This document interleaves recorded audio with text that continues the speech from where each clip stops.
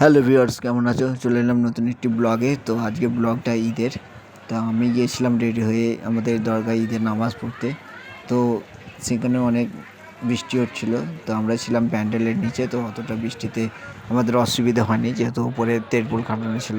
তো ঈদের পরেই যে আমরা কোলাকুলি করে নিচ্ছি আনন্দের সাথে, সবাই আনন্দ করছিল, আমরাও আনন্দ করছিলাম। এই যে মনিরুল ডিজে, তো সবাই মিলে আনন্দ করছিল, ছোট বড় সবাই এখানে আনন্দ করে। আর এখানে সব বসে রয়েছে আমাদের যারা সিনিয়র আছে, বসে সেমাই খাচ্ছে, ল্যাচা খাচ্ছে, বাড়ি থেকে নিয়ে এসে দিয়েছে।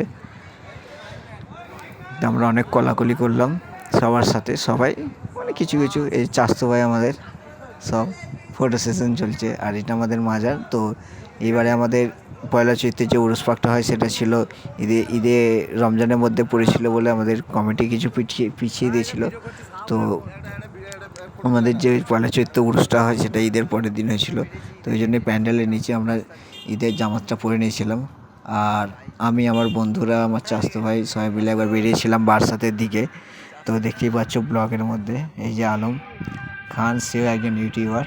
সে ইউটিউব করে, কিন্তু বারে বারে চ্যানেলটা রিস্টার্ট হয়ে যায়, মানে ডিলেট হয়ে যায়, ভিডিও কপিরাইট পড়ে যায় বলে। এই যে আমরা যাচ্ছি বারাসাতের দিকে, এটা বারাসাতের মাজার। বারাসাতেও উরুস হয় 15 ফাল্গুন।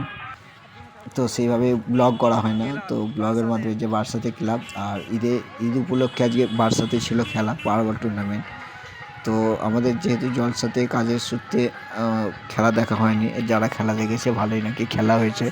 এটা বারাসাতে জামে মসজিদ, সেটা আগে ভিডিও মনে দেখা হয়নি, এই ভিডিওর মধ্যে তুলে ধরলাম। আর এই যে টুর্নামেন্ট এখানে আয়োজন করেছিল বারাসাত অগ্নিবীণা সেবা সমিতির পক্ষ থেকে, ভালোই নাকি টুর্নামেন্ট হয়েছে। আমরা অবশ্যই দেখতে যেতে পারিনি, আমাদের দোয়াতলা কাজ ছিল বলে। আর এইদিকে একটা কাকার বাড়িতে গিয়েছিলাম সেমাই লাচ্চা খেতে ওখানে।